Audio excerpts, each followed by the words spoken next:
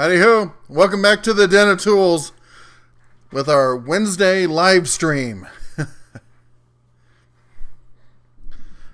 We'll see how everyone's doing tonight. Junkyard dog in the house, how you doing? Oh, what a week. Vegas Vince. Ford, hey, what's up, Ford? Hey, Craig. Let's see who else rolls in here.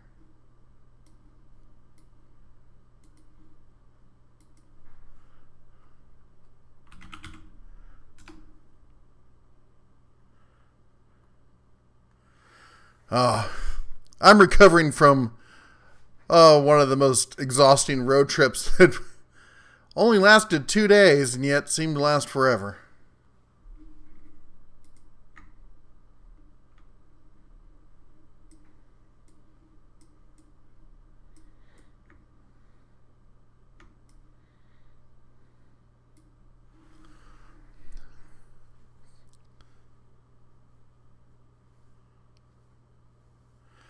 Is the Harbor Freight digital torque reader any good?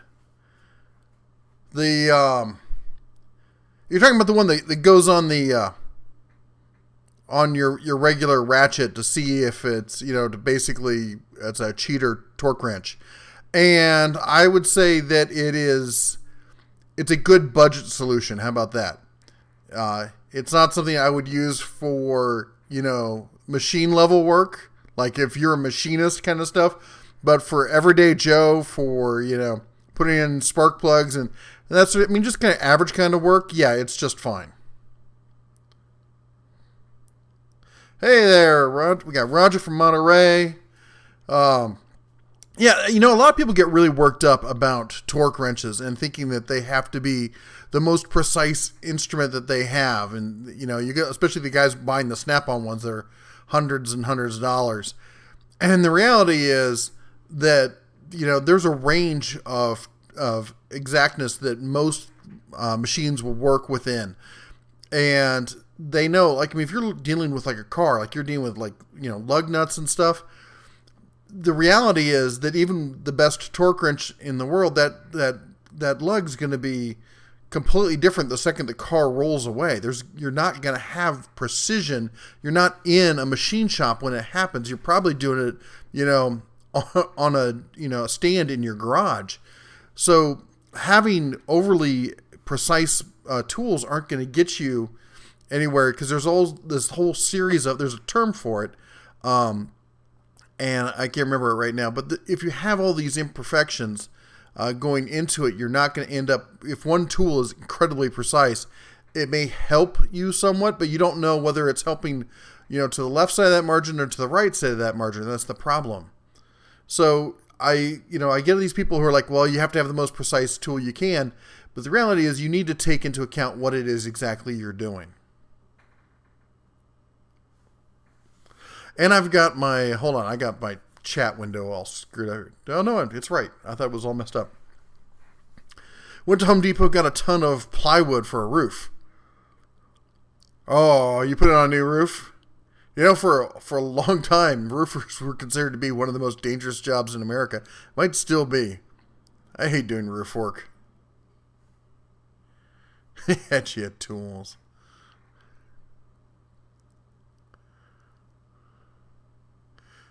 The 4 LED switch lights, yeah, they'll light up a safe, quite a bit.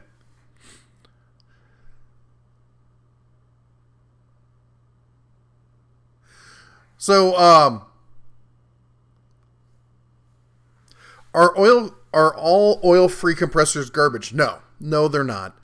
I avoid them mostly because the problem is you don't know what the quality is. Basically, they've sprayed like a Teflon coating or some other, sort of hard, fixed lubricant like a Teflon and such in there.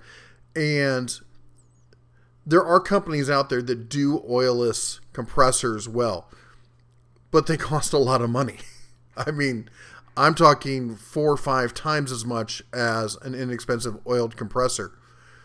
The cheap companies that do cheap oilless compressors, they are junk. And the only ones I recommend going oilless are the small pancake ones, and those, like, 1 gallon or less that you're using to drive like either a small airbrush or a nail gun, because that's really all they're good for. Otherwise, you get yourself an oiled one, you stay on top of the maintenance on it, and it will last a lifetime. Now, one thing you need to keep in mind is whether the tool that you're running requires that oil, because some of the oil will carry through the line and get in the tools.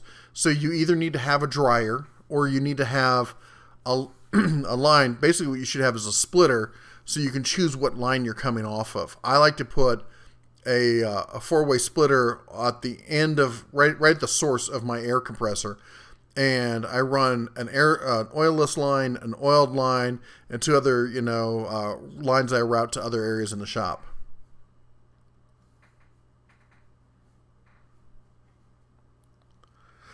"30 years old."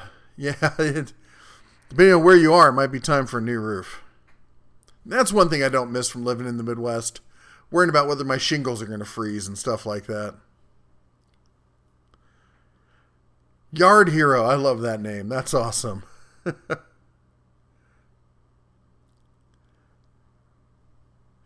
Chillicothe, Ohio store is now open. It's going to cost you lots of money. Oh, Chillicothe. I got the biggest speeding ticket of my life just outside Chillicothe. Allegedly doing 96 in a 55. I was able to convince the trooper that I had my speedometer sit at 75, and he only wrote me a ticket for, I think it was $160. But, I mean, if he'd written me the ticket at 96, I would have gone to jail. So, I got lucky.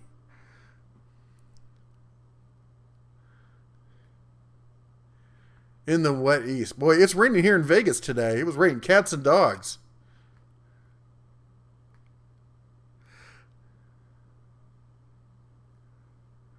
You're not sure if this video talking about cars besides tools? Well, Wolfie, I'll tell you what. We talk about everything pretty much in these videos.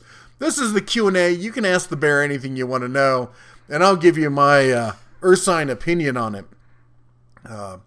I kind of grew up in the car business, or around the car business. My biological father, as we like to call him, was a car salesman, and he worked for Ford in car sales for 20 years, started his own leasing company. He used to buy and sell European cars on the side from Phoenix. He would buy old BMWs, Mercedes, Porsches, and stuff, and fix them up in Phoenix and drive them up to the auto auctions in Vegas. So if you got any car questions, I'll be glad to help. I'm not the top car mechanic in the world, but my one superpower is I can usually identify most cars within a year or 2 of model on site, and I'm usually within 10% on the NADA car values. Maybe I should do a show where I just, guess prices on cars. You guys can win a Coopy doll if I'm off. Hey, PM. Excuse me. We're all young once. Yeah, that was a long time ago. Yeah, Vegas does flood. There's always, anytime there's big rains around here, there's always someone on the news getting swept away.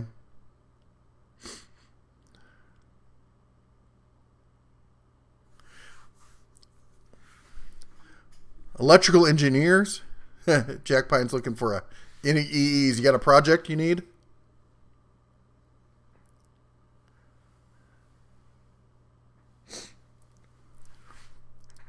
'50s and '60s. I like the looks of the '50s cars. I'm a real fan of late '60s, mid '60s to early '70s, before the '73 bumper law got put in place, when they ruined the looks on everything. Hold on, guys. I gotta adjust the. Can I adjust the chat window? I don't know if I can adjust the chat window. I need to move this thing over just a little bit. There we go. So we get everyone's chat completely in the window. Any fellow servicemen? Well, my brother-in-law is over in Okinawa. I can say that much.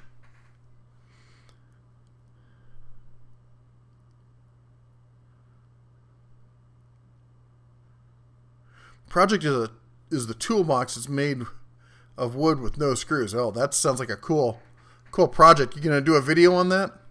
I'd love to see it.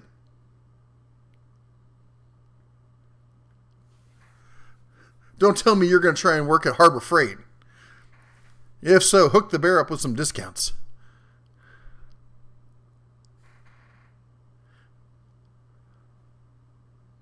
Know any fly solutions?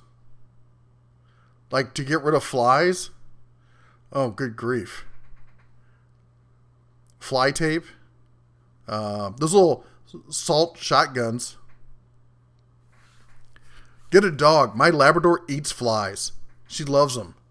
It's hilarious. When we lived in Central California with all the cows and stuff, we had tons of flies. Anytime we open the door, they'd come in, man. That dog would eat them like, M&Ms.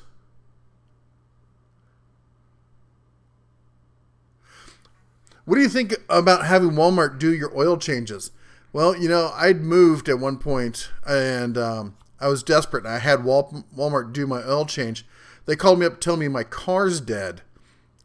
I go down there, and they had broken the sensor, the crash sensor. Somebody had sat something on it or knocked it, and they were trying to charge me money for fixing, for jump starting the car, trying to get it started or something, and they'd broken it. And I could not believe it. And I just had to reset it and got some epoxy weld and weld it back in place. But man, I was pissed at them. I'd never go back.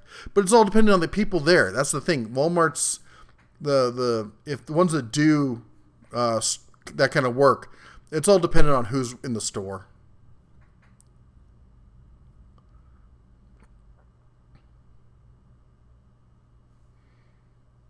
Datsun 1200. Well, actually, I'm looking at cars. I'm looking to get a late 80s, early 90s Jeep Cherokee. We're gonna start working on for the boy. He's 11. He's starting to talk about cars and stuff, and I figure in the next year or two we'll pick up a project Jeep. And I don't want something that goes too fast, but I figure something we can make kind of off-roady and stuff will be fun enough for him. And we can steer him away from speed and more towards the off-roading kind of bit there. It'll be a fun project. I like those torquey 6-cylinders.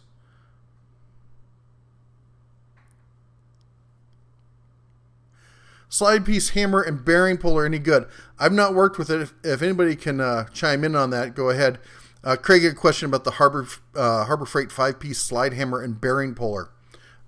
So I haven't tried it, so I won't mention it. In fact, I haven't talked to anybody who's used it.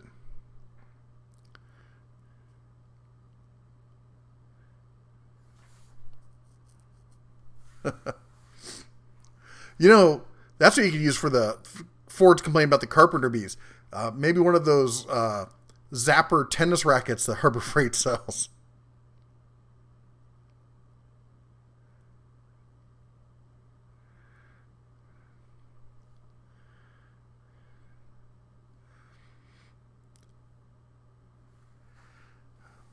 An 83 Dodge Rampage.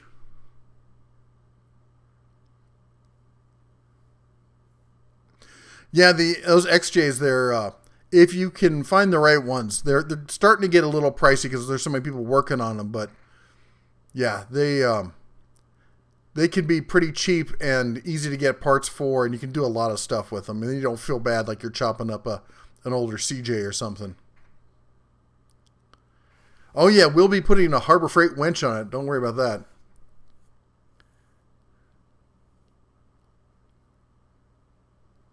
Oh, the old Mercedes wagons. I had a buddy, I used to live in the Bay Area, and there's tons of people who took those old wagons, the diesel ones, and converted them to Crisco or whatever,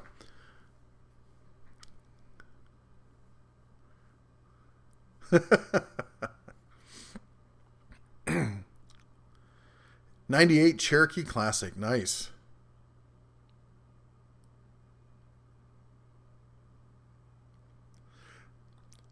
Yeah. Broken Don't Fix It mentioned that it's hard to mess up a slide hammer. That was my thought, but I hadn't laid the pause on it, so I wasn't going to say anything. Hey, real quick, I want to mention something. So last week I talked a lot about this RV show I was going to be on. Did anybody happen to listen to the RV show?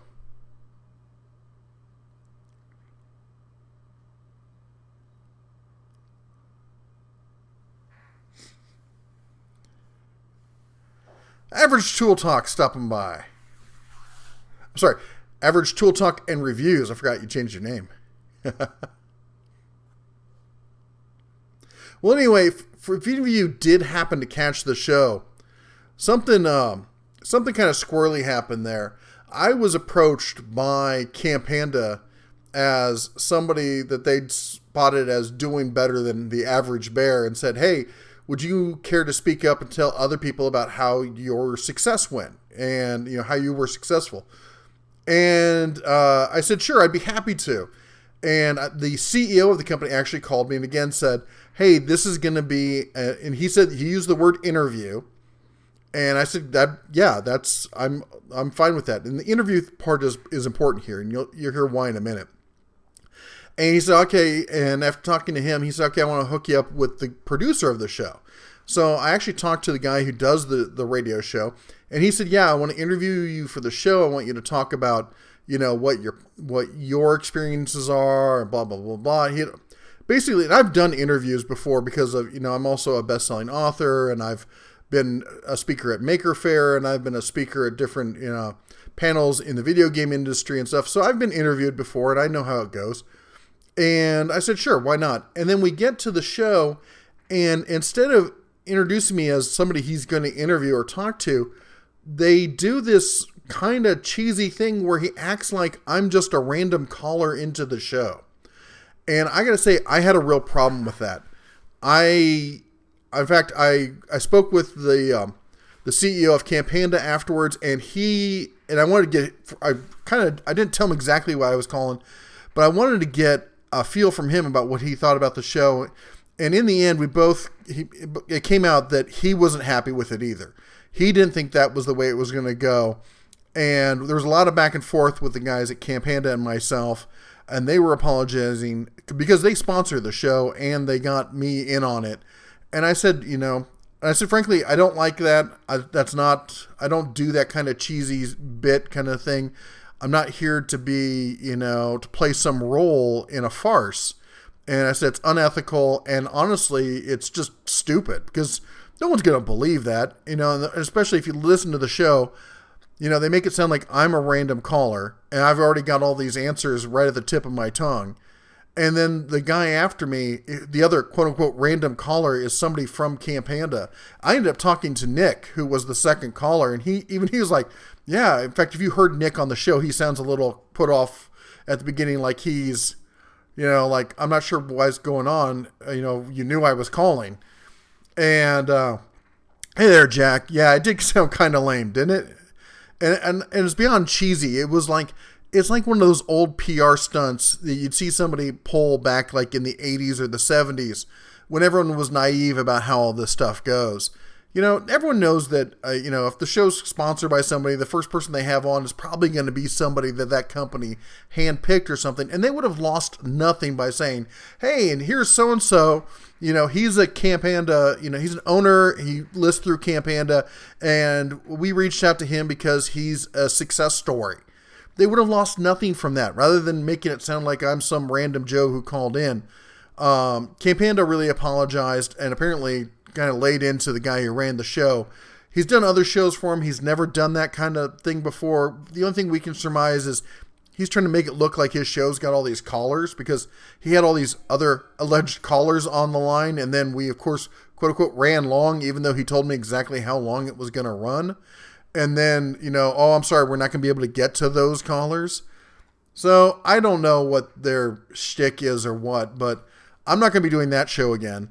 And Camp Panda apologized, and they, if anybody wants to see, they even sent me emails, after the fact stating, hey, this was not what our deal was. This is not the way it was supposed to go. It's not the way we thought it was going to go. We weren't happy about it. So I'm not blaming Camp Panda. It's just, anyway, I just wanted to be honest with you guys because I told you guys I was going to be on it. I don't want you thinking that DaBEAR does stupid, cheesy stuff like that either. All right, so got that behind us. See here.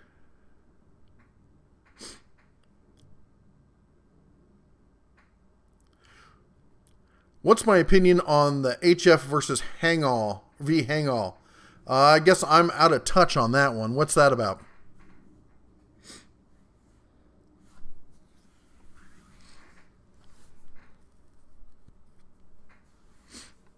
Let's see here. Let's see if I can look it up.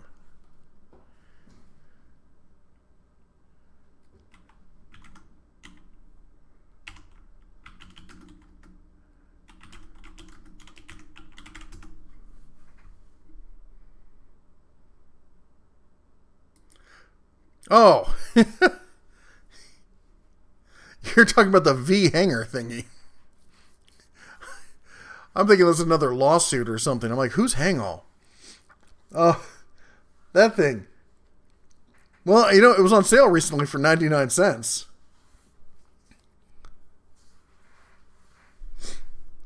And it looks pretty cool. I could say that much. No, it's I've never used one, but I thought about getting one for, around the garage and stuff, but I never have. I don't see how you can really go wrong with something like that. What do I know about the Harbor Freight compressors, and are they being phased down? I have not. I've reached out to some contacts. I have not heard anything back. Rotary compressors. No, I don't think you're going to see Harbor Freight come out with a rotary compressor anytime soon. That's a little bit too much for them. Now, the one thing I did hear is that there's going to be a new line of prosumer grade nailers, and I'm trying to think. That's somebody. I think the name I heard was Pierce, but that seems kind of funny for a nailer. I'll have to look it up. I was going to do a whole video about this if I could get more information. Because right now, all I have is a rumor that nailers are the next thing that get phased out. Which, if you consider the fact how many nailers there have been in the open box sales recently, is not that bad of a guess.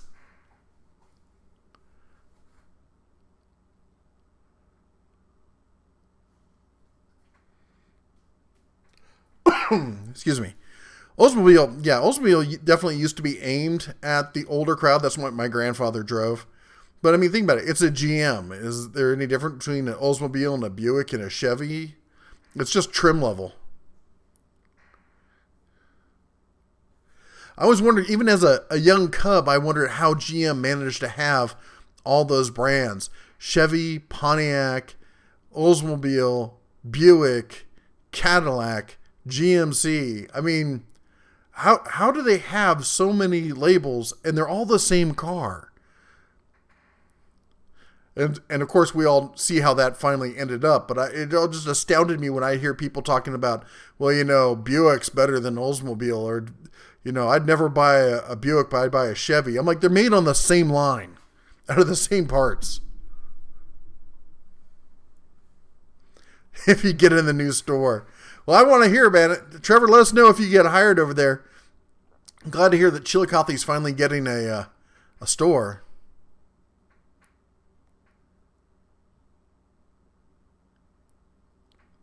Ooh, 25% off coupon for compressors. Dude, has anyone heard about this? Because that'd be a big deal. Because compressors are called out on all the 25% off coupons as being, compressor non grata, as it were. So you can't use those coupons on any of the compressors. If they have a specific compressor only coupon, that'd be huge.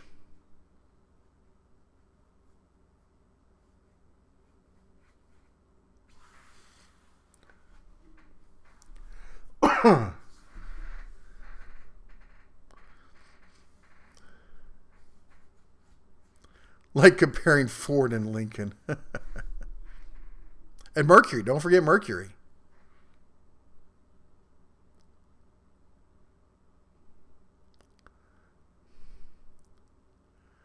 Yeah, if you can send anybody, when you send me anything email wise, it's red@red-beard.com.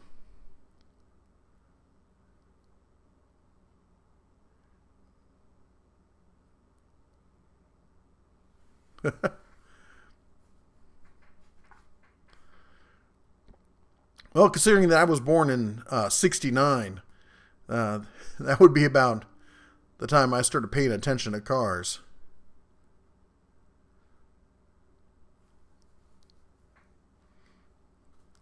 Yeah, the Mercury Marquis used to be one of the best buys you could get because everyone was looking for the Crown Vic or the LTD, and you could get a Marquis for a song, man. No, nobody ever wanted one. They weren't as sexy as the the LTD, and they didn't have the cop kind of appeal as the Crown Vic, but they had everything else.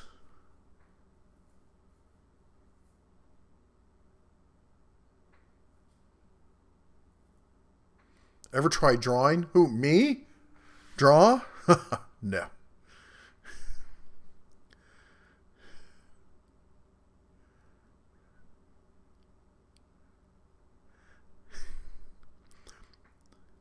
I loved it. Somebody commented, and I think I had to delete the comment because they go a little too rough with the language. I try to keep this a family friendly channel, and you can tell, man, I ticked some people off, or I lit some people's candles with that Ford's going to stop making car video. And I looked at the comments. I was gone for a couple days. The bear actually got lost in the Southern California desert over the past couple days. I'll tell you about it in a little bit. But the come back in the comments, and all these people cursing each other out and stuff over the Ford versus GM versus Dodge people, or the people who like foreign cars and stuff. I had to delete so many comments. I probably just need to go back through and delete more. And I'm like, why am I having to delete all these comments? My viewers don't talk like this. They know better. And no, it looks like a bunch of people shared the video, and on Monday it went a little crazy. And now I got all these people who aren't normal viewers, and they're all cursing up a storm. I'm like, my Cubs read these comments. Beeswax. You either have to go to like an old school hardware store, or you got to order it online. I get mine off of Amazon.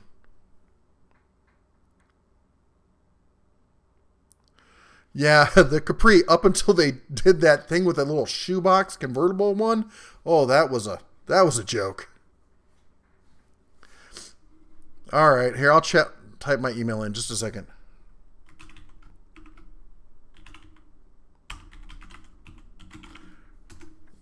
Just so you know, it's in the bottom of every description.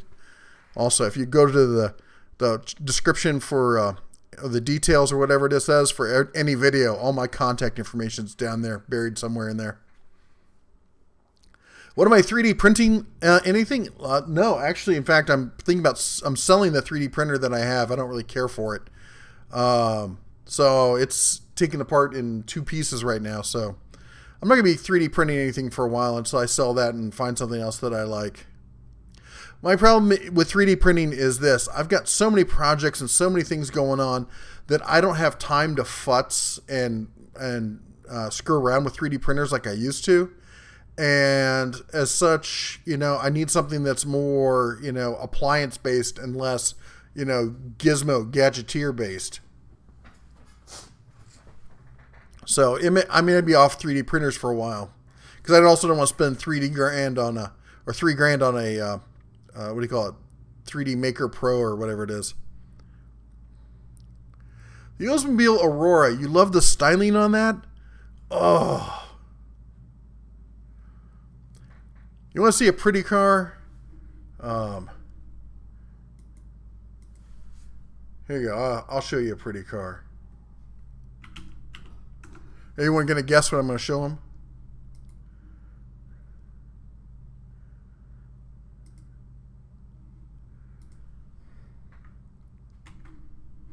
Here you go. I'll give you a link to it. There's the car you need if you want to buy a GM.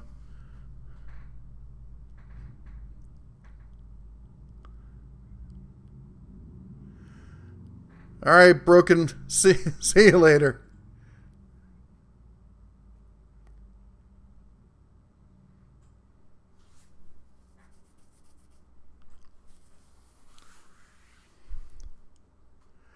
You know, JT, I don't really know. I haven't looked much into the lawn and garden stuff. I don't have to deal with my...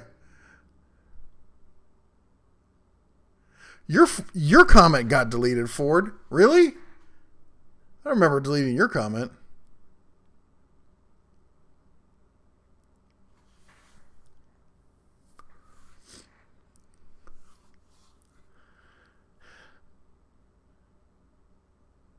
printed something that had no problems. Yeah, if only that were the norm when it came to 3D printing. Yeah, Wolfie, that's mine. That's a 81 Cadillac Eldorado Barrettes. It's the last of the classic style Cadillacs, as I like to think of them. Everything after that's the kind of swept kind of thing. Although I'll tell you, if there was a Cadillac I would buy, it's the what is it? What's that two-door they came out with? It's essentially like a Cadillac Corvette. It's the I can't remember what it's called now.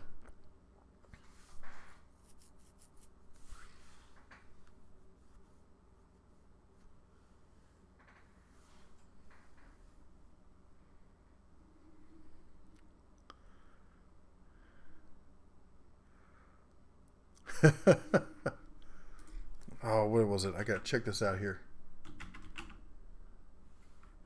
Cadillac Coupe. I don't know. It's convertible.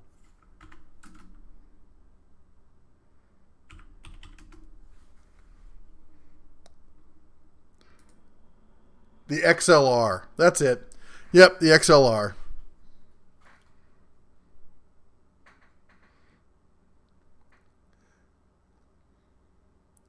See, I'm an older guy, so, driving a Corvette would just seem like I'm having a midlife crisis. And I'm a big guy, so driving any other, like, supercars and stuff won't cut it. So, as the XLR, I can still have that cool cruising caddy kind of look and still have fun when I want to. Iowa, Nebraska. Whew. What part of Iowa are you in? Ford, you said, 87 GMC Olds Delta Royale. Wow. That's a whole lot of car.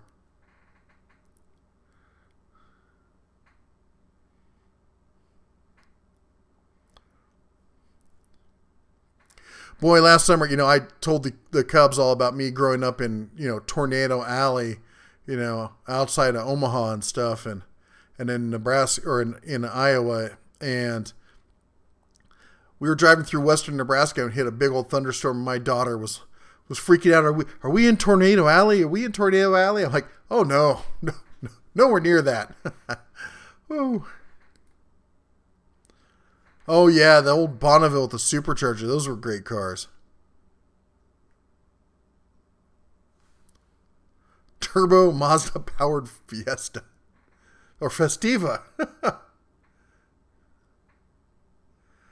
Oh, just outside Iowa City. Yeah, the only time I was ever in that area was to go to a Hawkeyes game.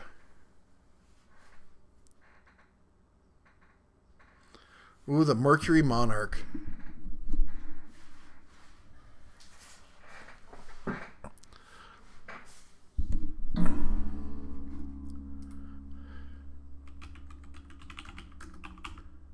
Let's see here. I was going to show you guys something.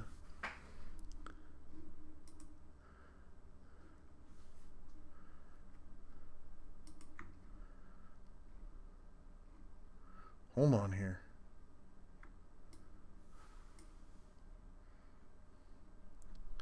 All right, where were we? Sunbeam Tiger. Boy, there's a car I love. Man, a whole lot of engine in a skateboard essentially. That thing, with that little 8-cylinder in it. Woo! That was a zippy little car. Havelock, Iowa. I don't think anybody knows where that is. That's like in the middle of nowhere, isn't it? Is there anything near Havelock? Havelock? How do you pronounce that? Oh, wait.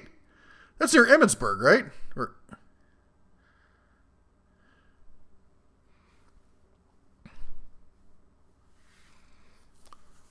My whole father's side of the family is from Emmitsburg, so.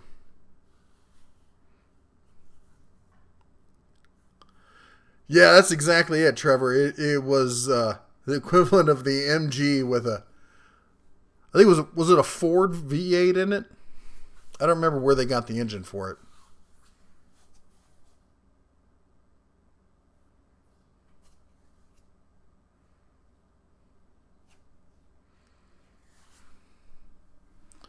Oh, Studebaker, man, there's a line of cars that should have stuck around.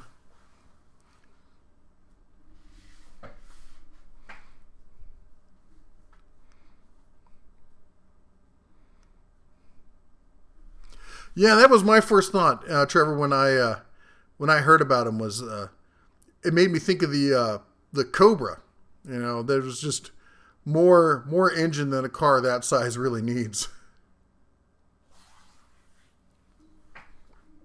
I'm I'm sure on the racetrack it's a hell of a lot of fun, but it's an easy way to get in trouble, especially if you're a young man.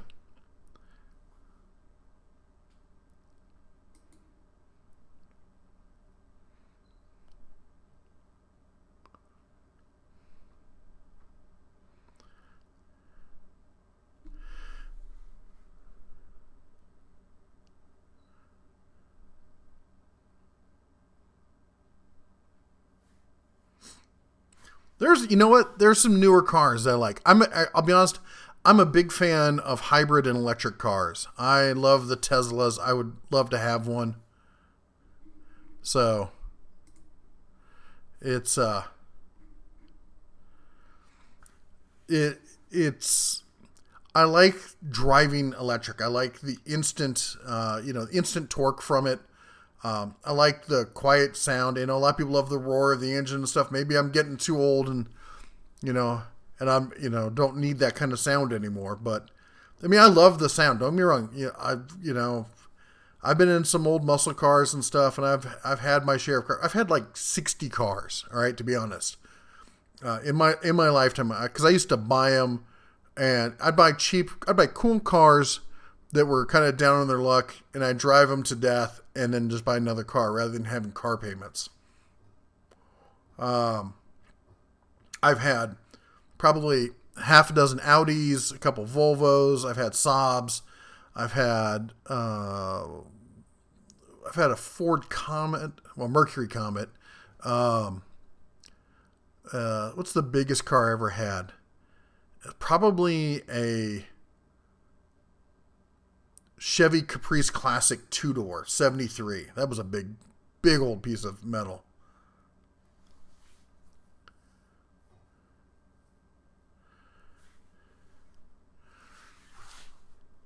Yeah, I like the newer Camaros. I really do. And the one thing I like about them is the interior's nice. That's like, I want to like the Dodge, the Challenger and stuff. I sat in a Challenger and it was so boring on the inside.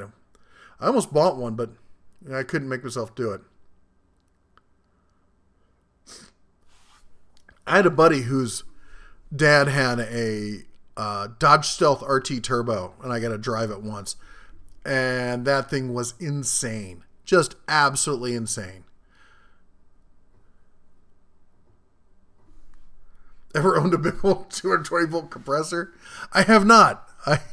I've worked in a shop that had one, but I've never owned one myself.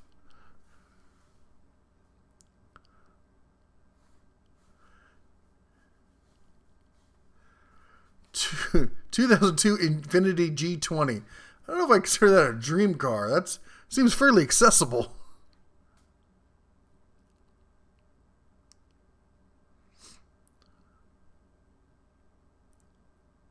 73 Javelin. That's a nice car. I had a friend whose girlfriend had a Javelin. It was the poor man's Challenger.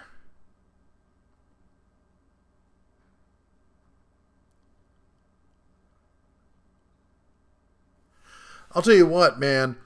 Those older Camaros, not the old ones, but is it the 4th gen that I'm thinking of? Let me make sure.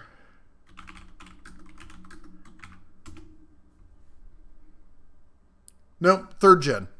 3rd gen Camaros are some cheap speed. If you can find one that's still running, you can do so much to one of those, and it's so cheap. That and the same age Corvettes.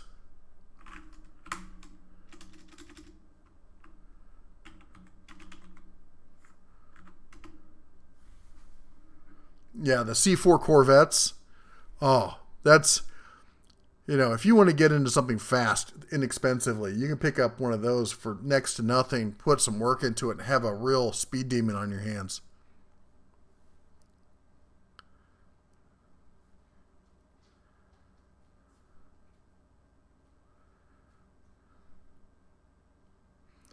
A 64 Shelby Cobra.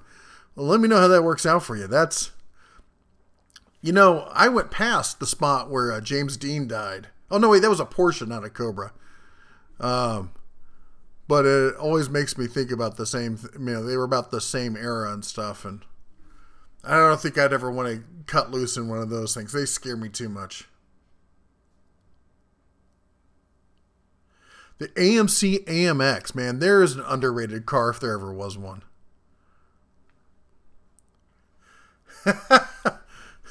Falcon, did you know that was my first car?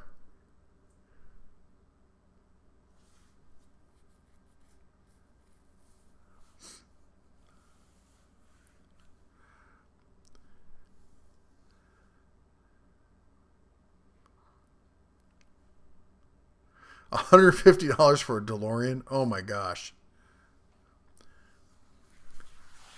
I've had a Nissan Pulsar. It was a little tricked out. It wasn't too much, but it was a fun little car to drive. But I killed the clutch on it. I was driving through northern Kentucky in that thing in the rain, and I hit a pothole just as I was shifting. It was kind of sliding around a corner, and I dumped the clutch because it was a big pothole, and I blew it out. And it was more to fix the clutch in that car than I paid for the car.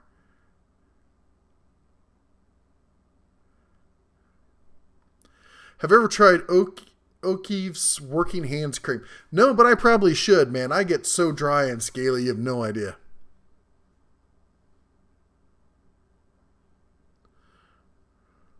Oh, but anyway, Falcon was talking about the old Chevy Vegas. The first car I ever got, not the first car I ever drove, but the first car that was actually mine, was a 73 burnt orange Chevy Vega, and the rust was holding it together. It was horrible. Oh, it was absolutely horrible.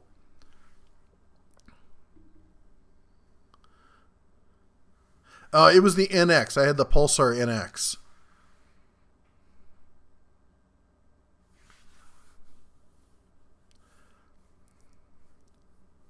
Ooh, Volkswagen thing. Jack with the super chat. Woo!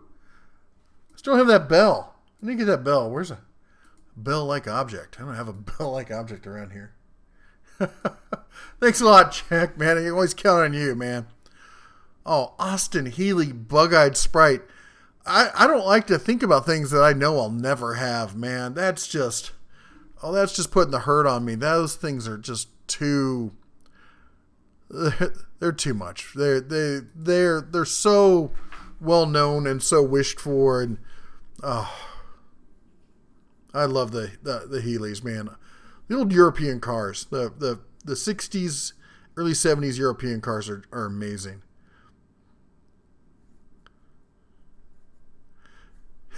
No, Jack gets a pass. So he gets a pass for being plaid.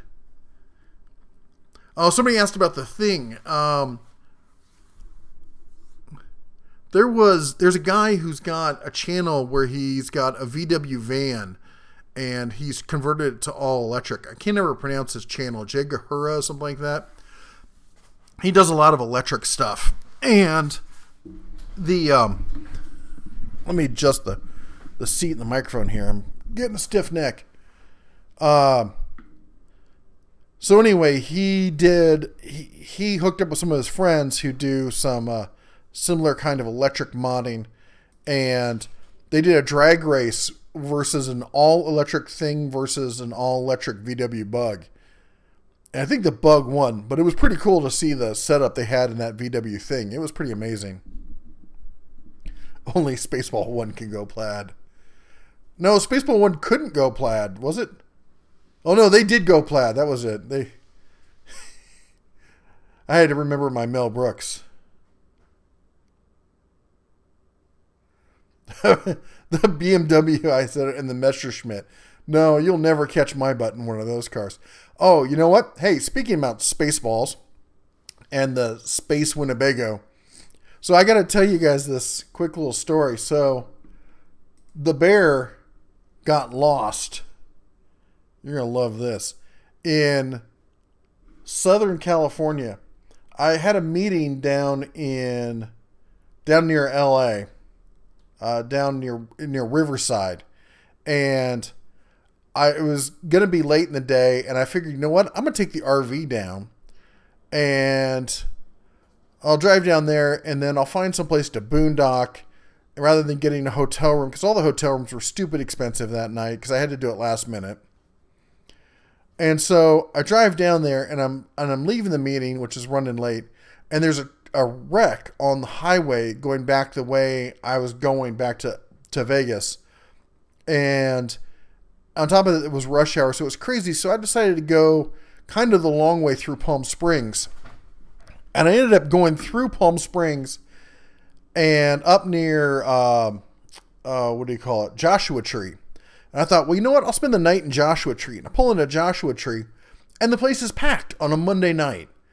And on top of that, I didn't see a single place where you could camp in an RV that was over 25 feet. And so I ended up, and then on top of it, it's getting dark. I can't find any place to camp. I know there's BLM land around. So I'm trying to look on my maps to see where the BLM land is so I can camp overnight without worrying about a cop knocking on my door. And my phone dies on me. My charger cable is apparently junk. Wasn't charging my phone. So I'm in the middle of nowhere. Not a store or anything in sight, with no GPS, no maps, nothing, in the middle of the Southern California desert. Oh, I ended up camping behind a burned out gas station in the middle of the desert, in the middle of nowhere. It was kind of cool, actually.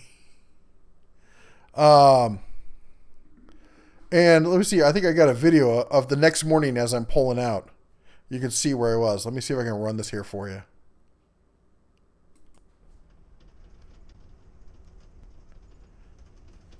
I'm not even sure what road this is. It was... So I was east of Joshua Tree by a good bit. Not quite to Arizona. Close to the Arizona border, though.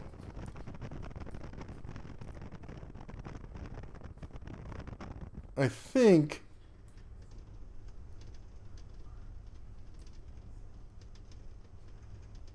it might have been the 10. I could be wrong.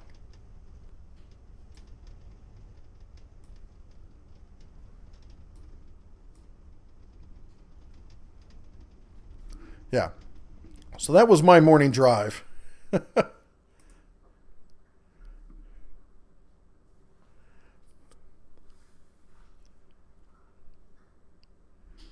Could be the start of a movie. Well, you got plenty of video of the thing, that's for sure. I ended up going over to I decided to, I'm far enough east and I'm almost to Arizona, and I wanted to get out of California because I get all itchy when I'm in California. So I decided to go straight and go over to Parker, Arizona, and drove up and down all around there. Boy, talk about a redneck heaven down there, man. All it is ski boats, lifted trucks, ATVs everywhere. I'm going to have to head back down there this summer when it gets a little bit warmer. Take the cubs, do some swimming.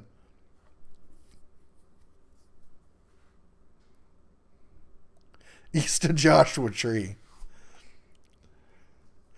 Yeah, it could have ended up like Fargo. All I needed was a wood chipper.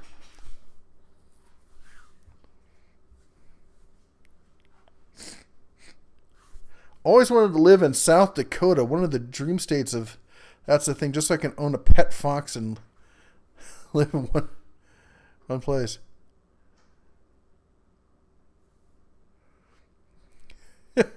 There's some guy on YouTube who's got a channel where he's got a pet fox.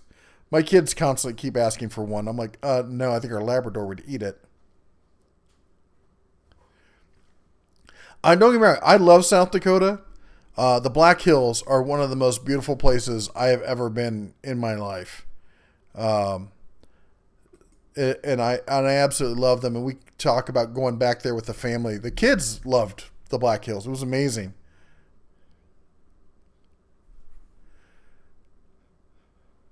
Move to Nebraska. Don't move to Nebraska.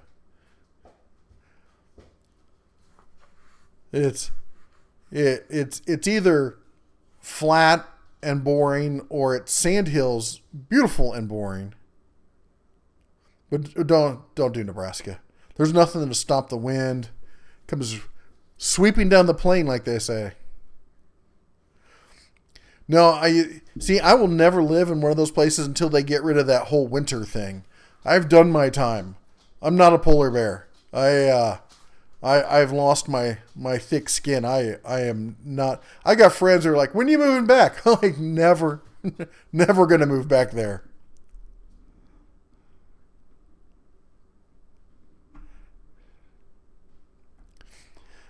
Yeah, Wolfie, you know what? It's one thing to say that you'd like to live there, but after you've spent a whole winter where you barely see the sun and it's always freezing and you can't go outside, you'll understand why so many people are quote unquote snowbirds. No, all my family in Iowa has most of them have passed away, unfortunately, and the ones that haven't have moved. I love Iowa. I think it's a beautiful place. I have very fond memories of it, and that's the way they're going to stay.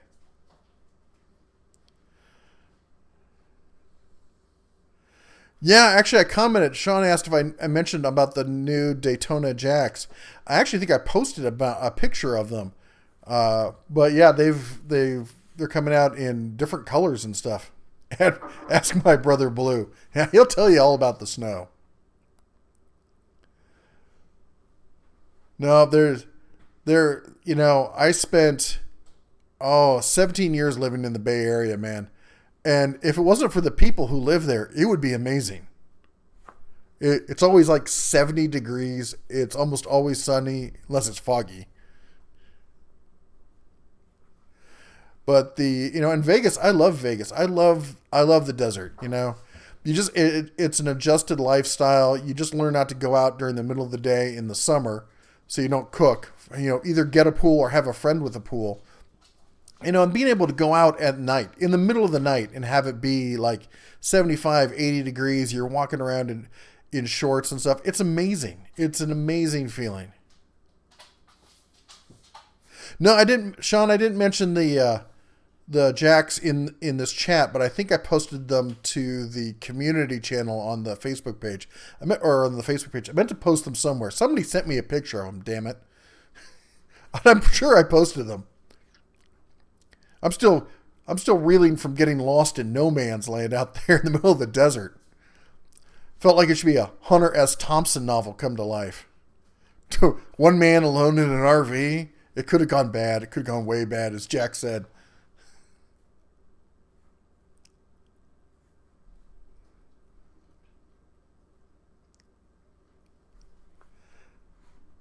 Oh yeah, Jack. That's just So I'm down in Parker, Arizona, which is a real retirement kind of area. Everything's RVs and mobile homes, and they're all right up to the river. I guess so when it floods, they can move them or something.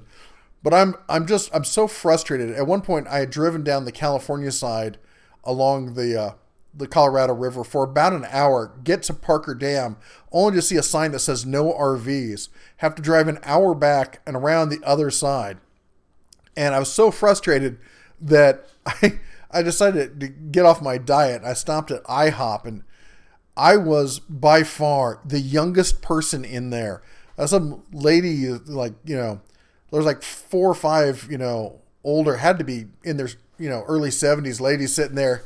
And one of them keeps eyeballing me, and I'm like, I'm married. Not going to happen. But yeah, it's weird to be, go about 50 years old and be the oldest person by far somewhere. Nebraska. How long have I been out of Nebraska? Oh my gosh. I moved out of Nebraska when at the end, or I guess the middle of my junior year in high school. I was going to Millard North Mustangs, and I moved to Cincinnati, Ohio, which for those of you who don't know, they call that the part of Kentucky that can read. And I liked Omaha. We were right near Boys Town. We were right on the edge of town. We had cornfields and whatnot out behind us. And I was always kind of the Huck Finn, type out, second I was out of the house, out doing some sort of stupid adventure or another.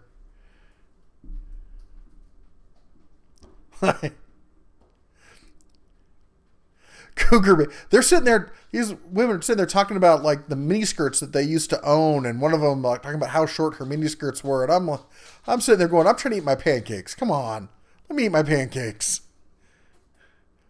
They were illicit pancakes. My wife calls me right there. I'm sitting there eating the pancakes. She goes, what are you eating? I'm like, pancakes.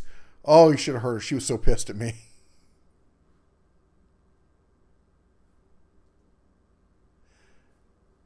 A double quad tear.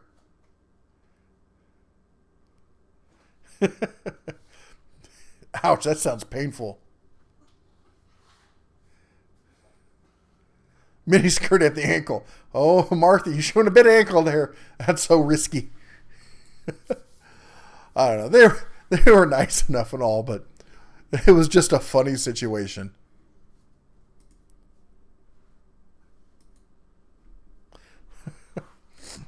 Now, I gotta say though, I fit right in with my RV.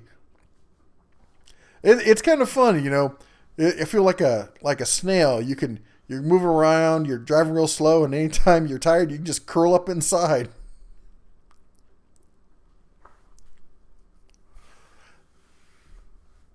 Hitting up with the Amish. Oh, there was nothing Amish about these ladies. You need to go on YouTube and do a YouTube search for 4th of July, Parker, Arizona, and you can see the kind of people you get down there. That's the, everyone's out on inner tubes and jet skis and, trying to, was it? Hold on. I got someone behind me. There's a cub and a dog right behind my chair trying to catch me. What are you up to? Dog? Yeah, play with the dog. Go play with the dog in the other room before I eat you.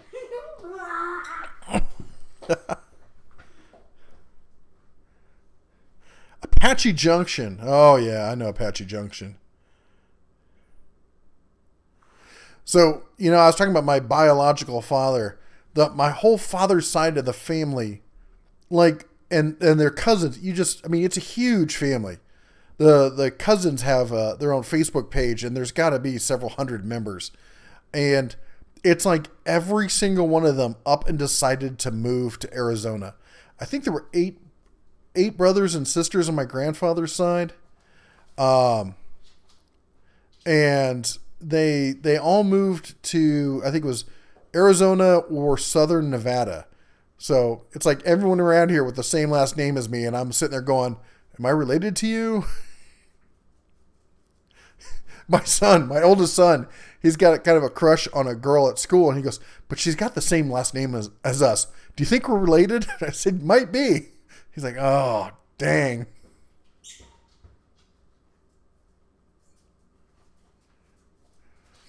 Yeah, Hawk, that's the way those kind of injuries happen. It's you hurt yourself, and I've been in some bad accident kind of stuff, and it's like, should my arm be twisted like that? I don't think so. And it's like you're watching it secondhand kind of thing. And the pain always shows up later, but the pain shows up. Yeah, Mad Bad Bear. He needs to get some more videos done. He did some for a while. He keeps saying he's going to do some more. He games enough. I'm just trying to get him to stream while he's gaming. He's pretty funny. He's a funny little character, but you put a camera on him, all of a sudden he turns into Walter Cronkite.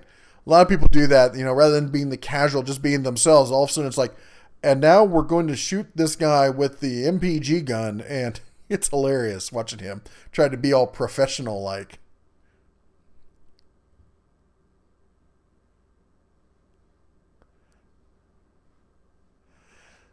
Getting wet, cold, and terrified while going nowhere slowly at great expense. Boy, that is the thing, man. I have been in some dicey weather with my sailboat, and that thing was only, 27 feet. Oh.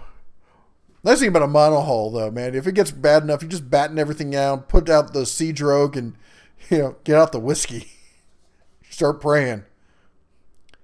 How old's my son? My oldest is 11. I got a 6-year-old boy, an 8-year-old girl, and an 11-year-old boy. So they keep me busy. Oh, and a 3-year-old Labrador. Oh, don't trailer. Why did you? I'm gonna ban you from the channel. Bringing up walking into trailer hitches. Oh, I hate that. I hate that with a passion. I am religious about pulling the hitch off my truck as soon as I'm done towing because I have dents in my shin. My shins are like braille from walking in those damn trailer hitches.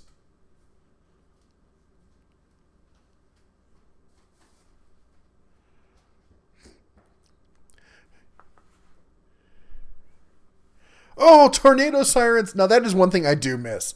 I miss the tornadoes. I miss the really serious, crazy weather and stuff.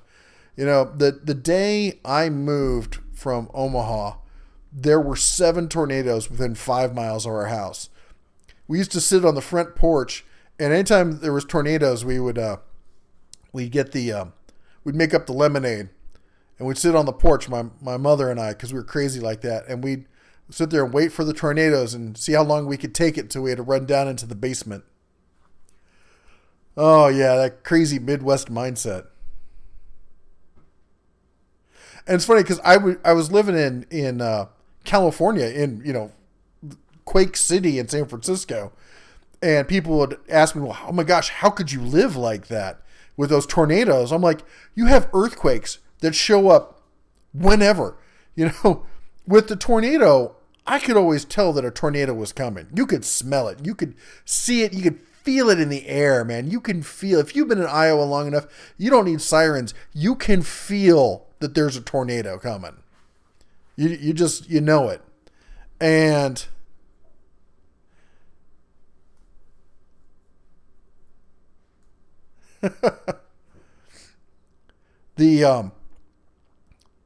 I always said it like this.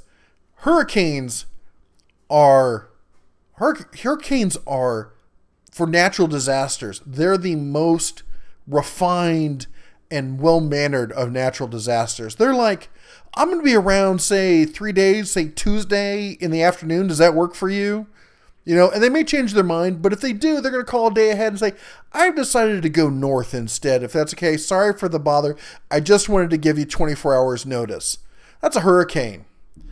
Tornadoes are like that one friend who's like, I'm going to be over in half an hour and I'm bringing the whole party. Well, at least you got time to react. Earthquakes are like that buddy who's just like, I'm here. Are you ready? Because I'm here.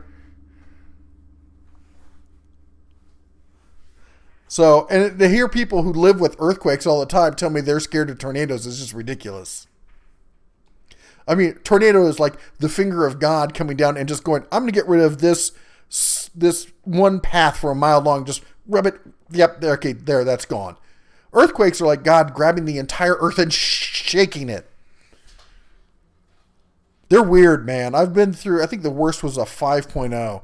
They are bizarre. I was in a house one time and it felt like somebody picked up the house and snapped it like a carpet. Hey, Todd. First live stream you haven't missed. Well, I'm glad you could make it. Oh, and we're 5 minutes over. You know what? We're going to go a little late tonight. I didn't put out a video on Monday. I did the double video or the extra video on the weekend, but I'd meant to put out a video on Monday as well, but I was lost in the desert pulling my Moses stunt. And so we're going to run a little late tonight. If some of you have to go, I understand.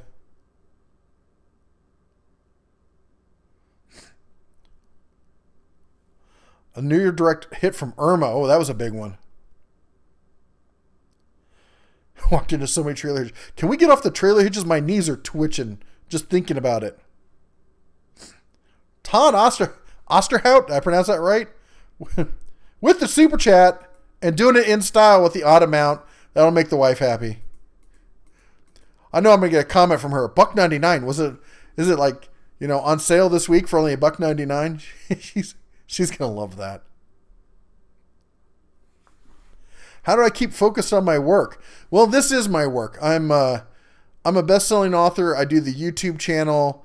I import and sell electric scooters. What else do I do? I don't sell moonshine, in case people are asking. I might give it away, but I don't sell it.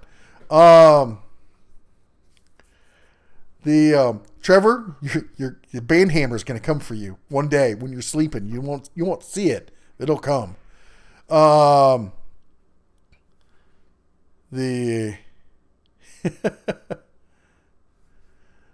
what was I going to say? I was going to say something about the tornadoes. Oh, I was going to say, I've actually been lucky enough to be in all three. Paul Angie with the super chat and Jelly. Jelly, is that right? I'm horrible with names. Oh, that's the media. Wrong button. Make you watch my RV trip again. Yes, I've seen the new Daytona Jacks. We were talking about it before.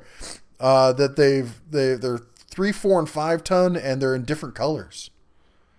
I was told they were red, but when I saw the picture, they look more orangish to me, which is, I don't know. I don't really care. I like the yellow ones actually. Yeah, you could. They'll give you a warning that there's a tornado coming, but there's no warning for a trailer hitch. Boy, if you could come up with a sensor that would beep anytime you got within a foot of a trailer hitch, that you'd be a millionaire. Yep, right there. That's how you do it.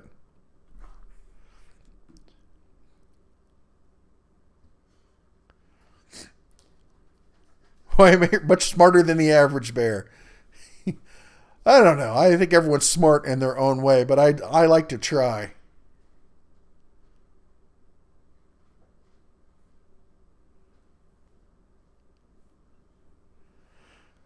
That was a trucker. Now that's a 33-foot Fleetwood Flare Class A RV. I'm about the same height as the truckers, but I got a V10 Triton gas engine. So unfortunately not the diesel. I wish I had the diesel, but man, when you're looking to buy diesel, you gotta basically triple your budget. And I wasn't willing to do that for how much we drive it.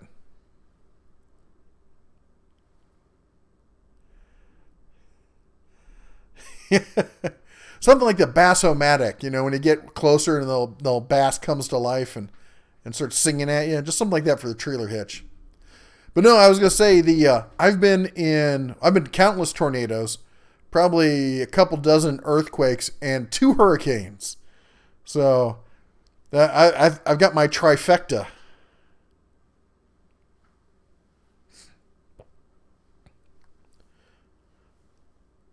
So Northern Tool does a military discount. That's cool.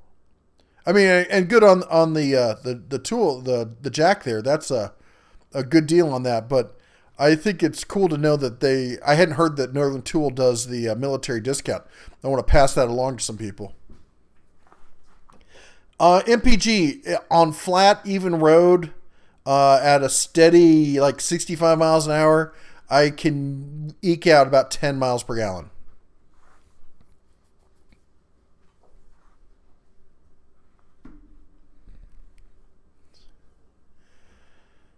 Yeah, diesel fuel's on the rise, man. Now there's a project for me. I need to convert the motorhome to running on full electric. Now that would be fun.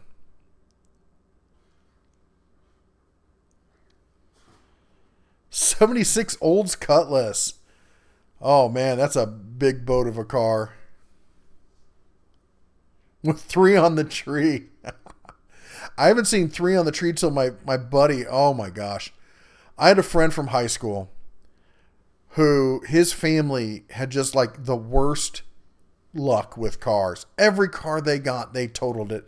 They were the worst drivers in the world. I love them to death. And one of the 3 brothers, well, yeah, 2 have since passed, the younger brother and the older brother. And one of them, the younger brother, unfortunately in a drunk driving incident. But I was best friends with the middle brother, and his mother remarried, and the guy that she married had, believe it or not, a 73 Camaro in the 3-speed.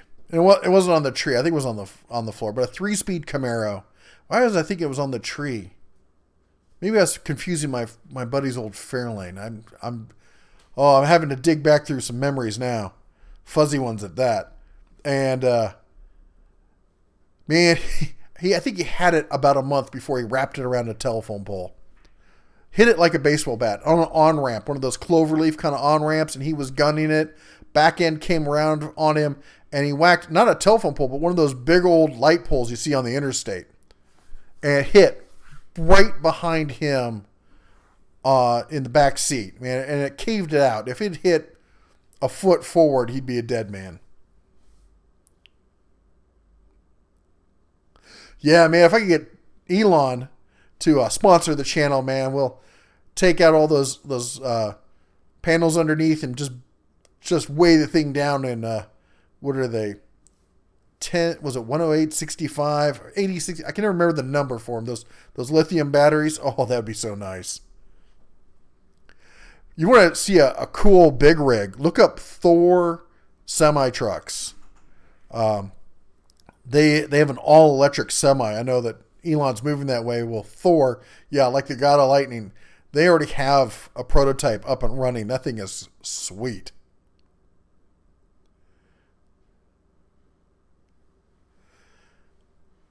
In fact, you know what? I know we got some truckers on here, and the kids like to watch some of the trucking channels. In fact, the wife, that's what her deal is. She loves big rigs. And we were watching the new Mack trucks. And when I was a young cub, you know, the way we looked at it was Mack was your daily delivery kind of truck. It was the stuff that ran jobs around town. It might be moving a cement truck or just hauling stuff, but it was it was a truck for, you know, some kind of industry that just ran stuff around town. It wasn't an over the road kind of truck. And this new one they've got looks to be an like it could do both. And it really looks like a sweet rig to drive. I was just wondering if any of you guys have had a chance to take one for a spin, what you thought of it.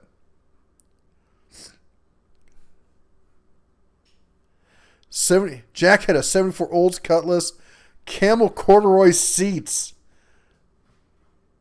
White with a half cover. Oh, that sounds nice.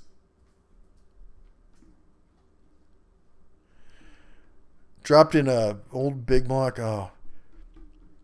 Broken, you saw my caddy, right? The link I posted earlier.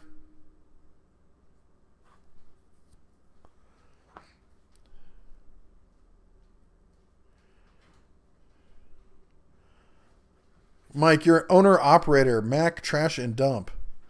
Oh, that's cool, man. So do you have... I don't get the Mack Trash and Dump comment. I'm not down with the trucker lingo.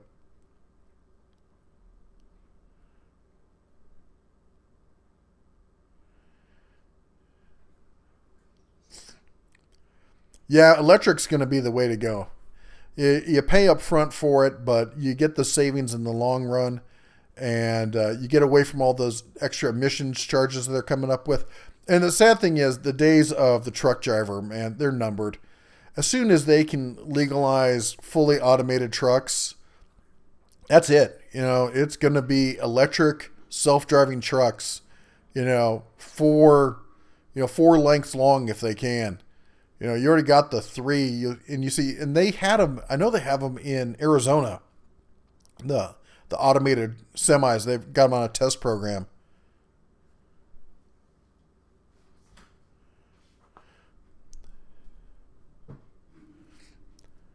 Let me see if I can put this up here.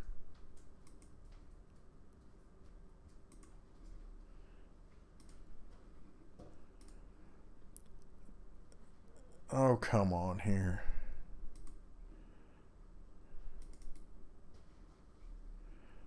That is not what I'm looking for. Caddy. There you go. That's my 81 Cadillac Eldorado Barrettes. If you can see, it's got the white vinyl on the back half or back quarter, stainless steel with the Astro roof. See, get it out of the way. Unfortunately, I got to sell it.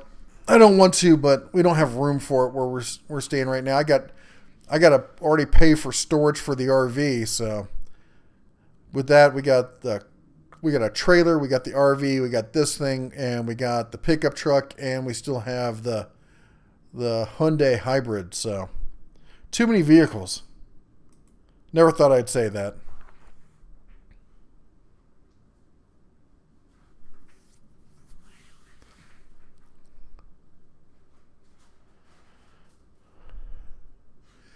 Studies don't hold that theory? Yeah, well, I can tell you money holds that theory. Why do you think you don't see the cab forward or what do they call it, over engine cabs or whatever anymore? Because they're not as aerodynamic. It's money. It always comes down to money, the big trucking companies, and they're going to go wherever the cheapest, dollar is.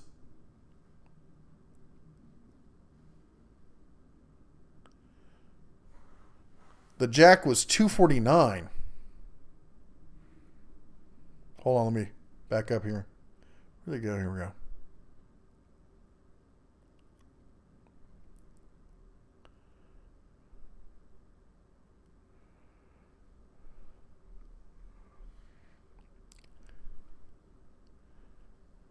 Does Samuel Jackson come with that? Boy, you should see the looks I get driving down the strip, man, a Friday night, man. I get people hooting and hollering.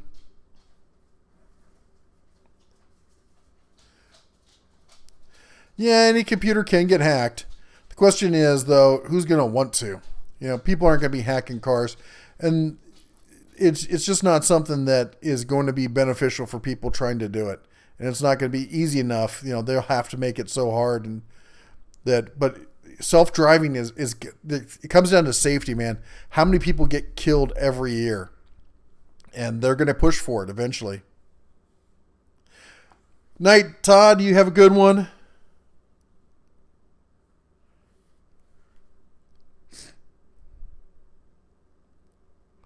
Do tool giveaways. Who was it commented on that? Someone just said that right now.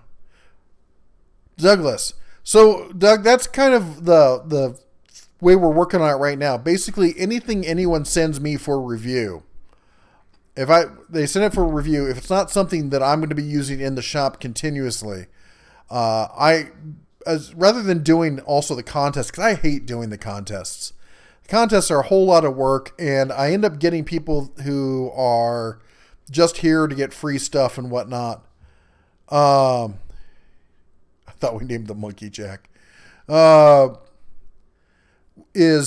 give them, I go based off of what we call it need before greed, which is I reach out to Patreon members and say, hey, is there anybody here who actually needs this item? And that's the one thing. We got a great user base and people are real honest about this sort of thing. And Trevor, see ya. Take care, man. Sorry you got to run. I know we're running long tonight, but I reach out to them, and if they don't need it, then I go to the regular members and I ask them if they need it, and basically if somebody at some point says that, well, I guess I go back there and say, okay, no one needs it. Is there anybody who wants it? Anybody who will give it a try, wants to play around with it? And at that point, somebody says yes. And I just, I basically choose who I feel is the most worthy. I don't like doing the contest thing. I'd rather get it to somebody who's going to use it. And we've done that. Like I already gave away a pack of the blades to somebody for the multi-tool. There's one guy who uses them every day at his job. And so I sent him a pack of the multi-tools. The tape measures thing. I decided to keep the Stanley one. I'm actually going to use that. Those are actually the tape measure is something I bought, but I don't need 2 little pocket tape measures lying around. So I gave away the other one to somebody who said that they could use it. So that's what we try to do.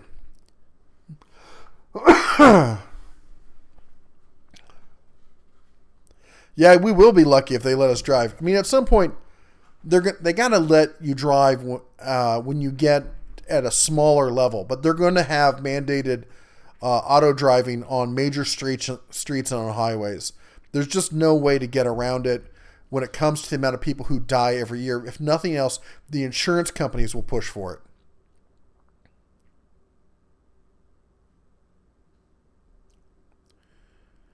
Now the insurance is going to go the other way, man, because computers have been proven time and time again to be less problematic than humans. Computers don't drink. Computers don't get in fights with their wife. Computers aren't tired. There's just, I don't know if I can say this.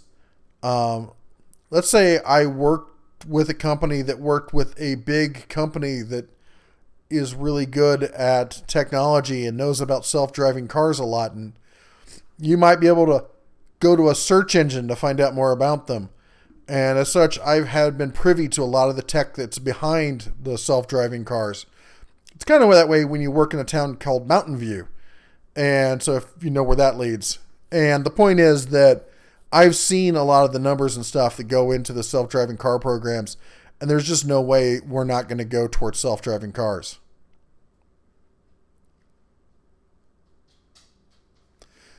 Well, thanks a lot, Doug. Doug's saying he's going to become a Patreon member tonight. I really appreciate, all you guys who are Patreon members. It does a lot for the channel. Lets me, buy more stuff, to test and review on the channel. Helps keeping us, doing this every day.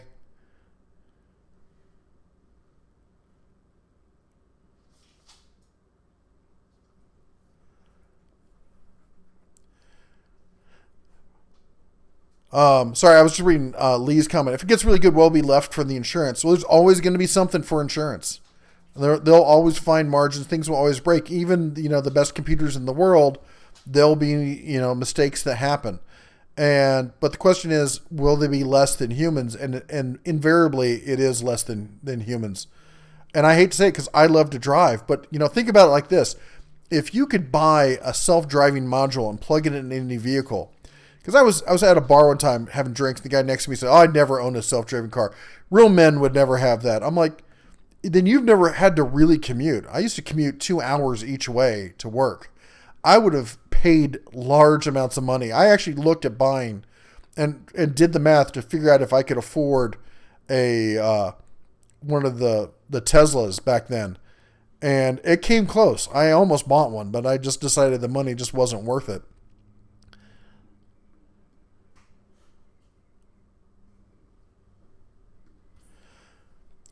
Big difference. Computers do screw up. In fact, I said the fact that computers do make mistakes. The point is they make less mistakes than humans. And it's always the garbage in, garbage out kind of thing. But, I've been doing computers for the last 20 some years. And I can tell you that, most of the mistakes come from humans.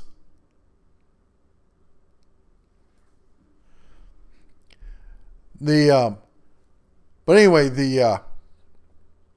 think about it, if like my RV, if I could put a self-driving module in the RV, think about what you could do with that. Think about taking the whole family, going, at night, instead of going to bed, you go out, you go to sleep in the RV, and you wake up at the location you're going to. You're going to go camping up in the wilderness. You wake up there. You're going to go to Disneyland. You wake up in the parking lot at Disneyland. Think about that. You get up. Maybe it wakes you up half an hour early before you get there. You get up, you take a shower, you have some food, and next thing you know, you're there. There's just the concepts behind what you can do with self-driving are only now being looked at. And it's just when you look at the fatalities out there, how many people die every year driving? Well, let's look it up.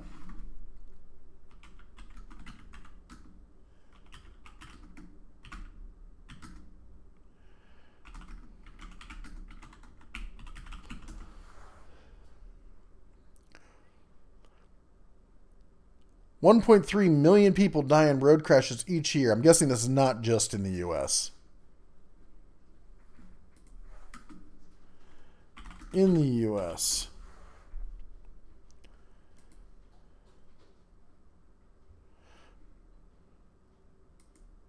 Motor vehicle fatality rate in the U.S. by year. Here we go. 2016 had... Holy cow, is that right? 37,000?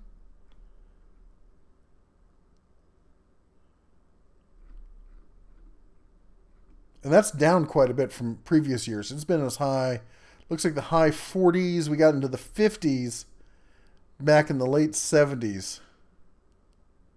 Oh, well, higher than that in the mid 70s. So yeah. You can't ignore those kind of figures when, there's something like self-driving cars available. It's not like with, gun control and stuff like that where people can claim that they have, a specified right to it. So, I'm not saying that that's the way I want it to go. I'm just saying that's the way I see it going. Well, guys, we're coming up on an hour and a half. We're supposed to be an hour. I know I kept you all later. So, the bear's got to run. I got to whip up some dinner for the cub here. The wife has the other cubs, so.